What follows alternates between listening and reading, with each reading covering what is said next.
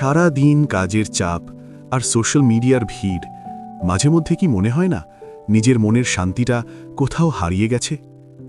আমরা সবাই শান্তি খুঁজি, কিন্তু চারপাশের অস্থিরতায় সেই শান্তি চোখেই পড়ে না। শ্রী শ্রী রামকৃষ্ণ কথামৃতে ঠাকুর এর খুব সহজ একটি উপমা দিয়েছেন। তিনি বলেছেন, মনে করো একটি পুকুর ঘন পানায় ঢাকা। তুই যদি ভেতরের জল দেখতে চাস, তবে 2 হাত দিয়ে পানাগুলো সরাতে হবে।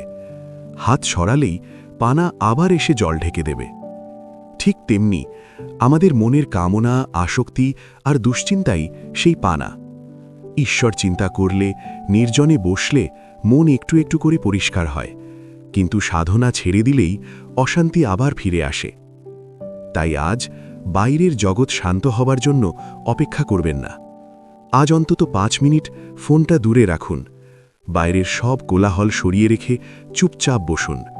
নিজের মনের পানাগুলো সরান, ভেতরের স্বচ্ছ জলটা অনুভব করুন। কথামৃত আমাদের শেখায়, সংসারে থাকো, কিন্তু সংসারের অশান্তিকে নিজের ভেতরে জায়গা দিও না।